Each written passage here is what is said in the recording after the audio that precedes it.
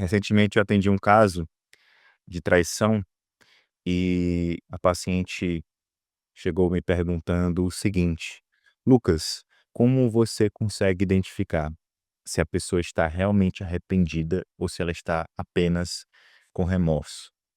E a minha resposta para ela foi um tanto intrigante. E eu queria falar um pouco sobre essa resposta que eu dei para ela aqui nesse vídeo.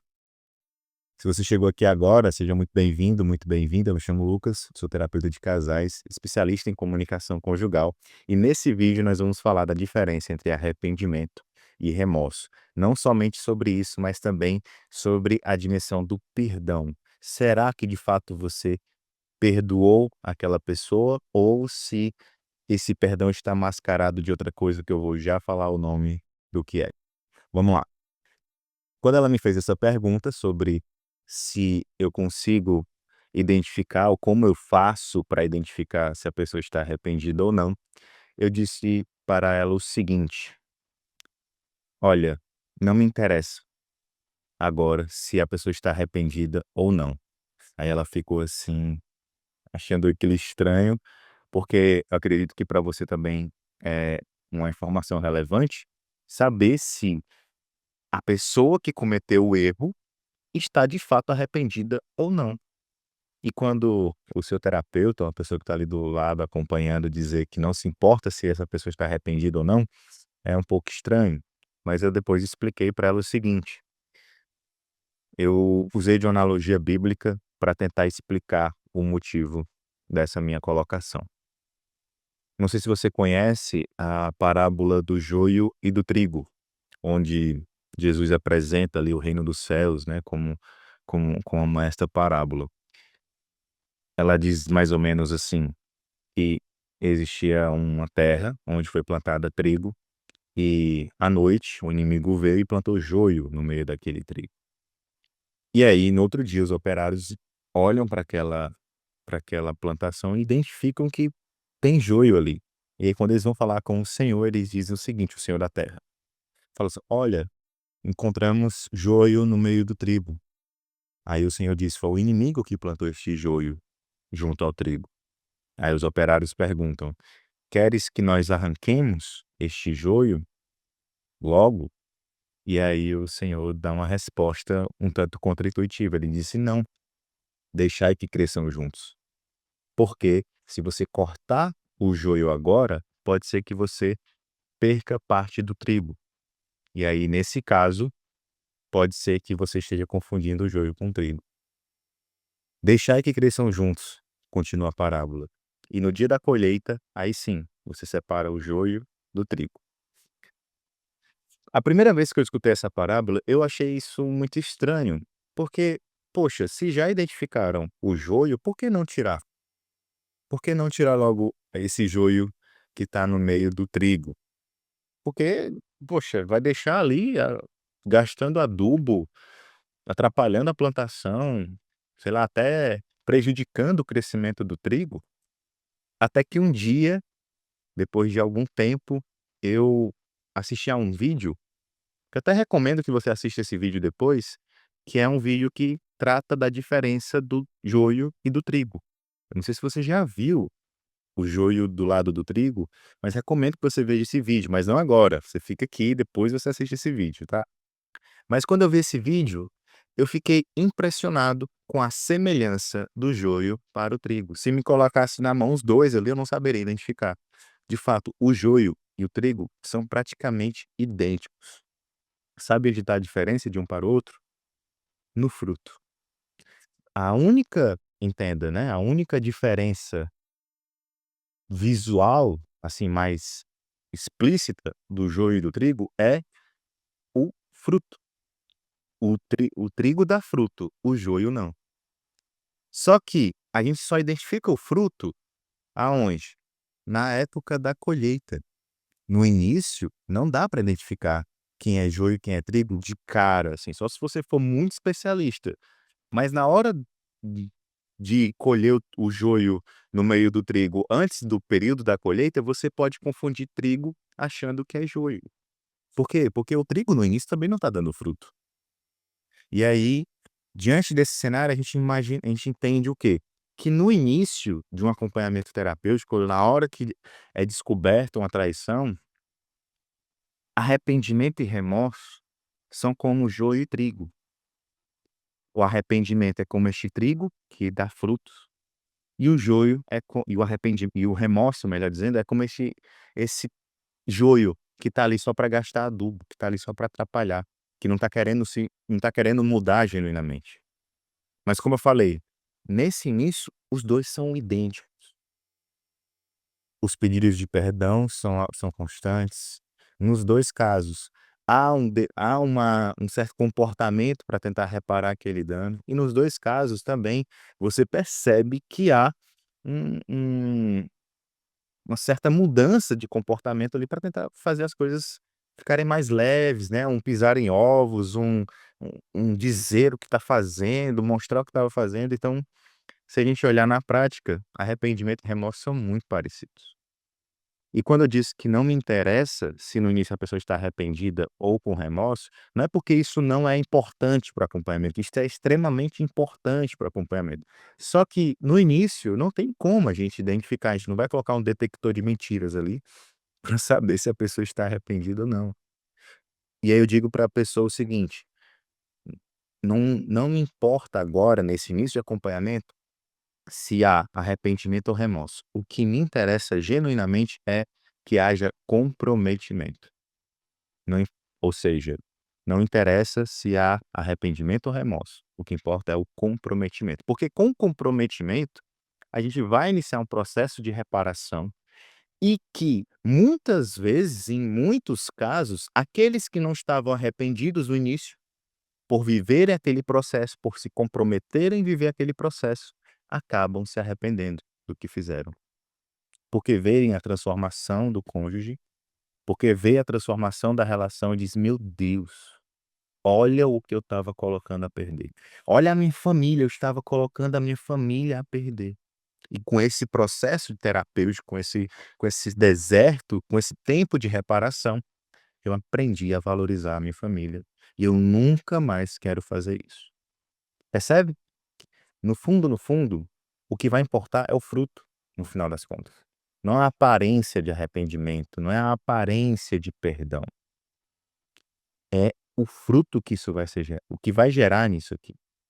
Então, se a pessoa está genuinamente arrependida ou está apenas com remorso, o que vai importar é o comprometimento. Porque no comprometimento com o processo terapêutico, a gente vai conseguir encontrar alguma via para que essa pessoa realmente melhore e cresça naquilo que é importante para ela individualmente e para o casamento, para a família. Eu sei, e eu já acompanhei alguns casos assim, em que a pessoa dizia ser arrependida ou vivia no remorso, mas não se comprometeu com o processo. Ela estava indo só por cumprir tabela. Aí, nesse caso em específico, realmente, não há fruto. É somente uma pessoa que está indo ali por obrigação. E aí, nesse caso, fica um pouco complexo da gente trabalhar.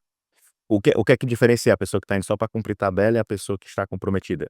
A pessoa vai para a sessão, vem para a sessão, pelo menos comigo é assim. A pessoa vem para o acompanhamento, a gente conversa, tanto no ponto de vista individual, quanto no ponto de vista da sessão em casal, e após cada encontro, elas recebem de mim um plano de ação estratégico específico para ser aplicado naquela semana. Inclusive, se você tem interesse em um acompanhamento terapêutico assim, onde vai ter acompanhamento via WhatsApp, onde vai ter também, planos de ação terapêuticos para você colocar em prática aquilo que é conversado na sessão que nós vamos nos encontrar, o link está aqui na descrição e acho que também no primeiro comentário fixado você também vai ter acesso ao link para preencher os seus dados, me falar um pouco sobre o seu caso e eu entro em contato com você para a gente agendar o nosso horário. Mas voltando aqui para o nosso tema, é muito importante que a pessoa se comprometa em fazer os exercícios. Mesmo que ela faça ali com um tom de remorso, mas ela está fazendo o exercício. Às vezes a pessoa se diz arrependida, mas não faz o exercício. Isso não vai dar fruto. Ela não se compromete com o processo, mesmo até digamos assim, estando arrependida, o que eu acho muito difícil. Se realmente a pessoa está arrependida, ela está comprometida, ela está fazendo a sua parte. Mas até mesmo aqueles que vão viver o processo a partir de um remorso, eles vão também gerar frutos por conta do seu comprometimento. Eles vão fazendo os exercícios, eles vão se expondo àquela dinâmica do processo terapêutico, vão conversando comigo, na medida que eu faço a pergunta, ele responde, ele está engajado, a gente consegue sim ter um bom resultado. O outro ponto em questão que eu queria trazer para este vídeo é a dinâmica do perdão. E muitas vezes, muitas pessoas, elas não perdoam genuinamente. Às vezes, aquele perdão, ele está disfarçado de uma conveniência. Não, eu vou manter o meu casamento para não escandalizar, para não desfazer a minha família. Meu Deus, já imaginou meus filhos crescerem sem pai, os meus filhos terem que ficar na casa de um, na casa de outro? Não, isso jamais pode acontecer com a minha família. Não, eu vou perdoar porque lá na igreja todo mundo vai ficar sabendo, vai ficar comentando sobre o nosso casamento que acabou. Meu Deus, imagina só os nossos parentes quando souberem que a gente se separou, ainda mais se souberem o motivo que foi por conta de uma traição. Deus me livre. Vamos lutar aqui no segredo. No fundo, isso mais parece uma conveniência do que um perdão genuíno. Mas aí eu te falo a mesma coisa. Quando a pessoa chega, a pessoa que foi a vítima, né, da traição, quando ela chega para mim, também não me importa, não me interessa se ela perdoou genuinamente ou se ela está apenas vivendo aquele processo por conveniência. O que mais me interessa é o comprometimento. Porque, como eu falei, perdão e conveniência é como se fosse o joio e o trigo, melhor dizendo, respectivamente, é o trigo e o joio, perdão e conveniência. Nesse caso, a gente vai ter que esperar que os frutos amadureçam. E isso não vai acontecer da noite para o dia. Tão é por isso também que nós vivemos um processo constante de autopercepção, de reflexão profunda, de confiança, de autoconfiança e de confiança mútua no relacionamento. Porque, como eu já falei em outros vídeos, este é o principal elemento para que um casamento possa caminhar bem, é a confiança mútua. Precisa haver confiança nesse relacionamento. Seja a confiança em si mesma, a confiança no outro, a confiança em Deus, que é o autor do matrimônio. Então, quando nós nos deparamos com essa situação em que precisamos perdoar, muitas pessoas pensam: "Ah, mas eu ainda sinto as coisas, eu ainda fico lembrando, ainda é muito difícil de perdoar". O perdão, ele não é um sentimento. O perdão, ele é fruto do amor maduro, do amor que age pelo ato da vontade. E eu já fiz um vídeo aqui recente sobre amor não ser uma decisão apenas. Recomendo fortemente que você assista esse vídeo também. Vou deixar aqui no card, acho que é aqui o card. Deixar aqui no card e aqui também na descrição para que você possa ver este vídeo depois desse aqui. E aí é importante que o perdão, sendo um ato da vontade, ele não necessariamente vai trazer ali um aspecto de consolo, simplesmente. Não. Eu costumo dizer também que o perdão, ele é um movimento que parte do efetivo para o afetivo. Então, efetivamente, eu preciso me decidir em perdoar e viver num processo de reparação, de reconciliação. Lá na frente, eu também vivo um processo afetivo, onde eu vou passar a sentir menos desconforto, menos dificuldade quando o assunto é aquela pauta que nós passamos, aquela situação que nós vivemos. Por quê? Porque depois de um tempo de tratamento, de acompanhamento e o próprio tempo do relacionamento que vai se transformando, aquela ferida é curada e vocês conseguem viver um novo relacionamento. Eu já falei inúmeras vezes aqui e também nos meus acompanhamentos. Depois de uma traição, o relacionamento nunca mais será o mesmo. Mas a boa notícia é que ele pode ser muito melhor. Contanto que haja comprometimento. E a partir deste comprometimento, nós vamos conseguir perdoar e nós vamos conseguir identificar os frutos de um arrependimento sincero. E os frutos deste perdão e deste arrependimento vão transbordar, vão ecoar para todos aqueles que estão ao redor do relacionamento, ainda que ninguém saiba o que aconteceu. Isto que é maravilhoso dentro de um processo de cura interior, de cura no relacionamento, de restauração e reparação. O mais importante é o comprometimento. No acompanhamento terapêutico, como eu falei no meu caso, é vir para a sessão, fazer os exercícios que estão ali inseridos no plano de ação e contar com o meu suporte aqui no WhatsApp também, para nós tirarmos as dúvidas, para que você possa desabafar e encontrar finalmente um lugar seguro para poder expressar as suas emoções e os seus sentimentos. Muitas das vezes, diante desse cenário caótico, que é uma traição, que é um episódio de traição, nós tendemos a ter eh, um uma dispersão de energia emocional que nos faz não ter uma boa capacidade de discernimento, de escolher bem as nossas ações, as nossas atitudes, as nossas palavras, e é muito importante que você consiga tratar isso da melhor forma, tá bem? Então, em resumo aqui, tente não se preocupar tanto, gastar tanta energia para saber: "Meu Deus, eu perdoei de verdade? Ele está arrependido ou não?". Procure ajuda e se comprometa. Favoreça que o outro também se comprometa. É nisso que nós devemos nos apoiar agora. Não estou dizendo que não é para haver perdão, não estou dizendo que não é para haver arrependimento. É sim, mas no início eles são muito parecidos com o joio. Trigo e joio é muito parecido. O mais importante agora é que nós não deixemos de plantar. Não como alguém que tem uma esperança vazia, mas como alguém que espera com paciência. E essa paciência do tempo para esperar o tempo da colheita, é sim o que vai gerar essa esperança genuína nos nossos corações. Por quê? Porque nós vamos contemplar frutos de santidade, frutos de transformação, frutos de pessoas verdadeiramente curadas, de um relacionamento novo, transformado. E assim, com certeza, eu creio que o seu casamento será infinitamente melhor. Os frutos vão dizer por si mesmos, tá bem?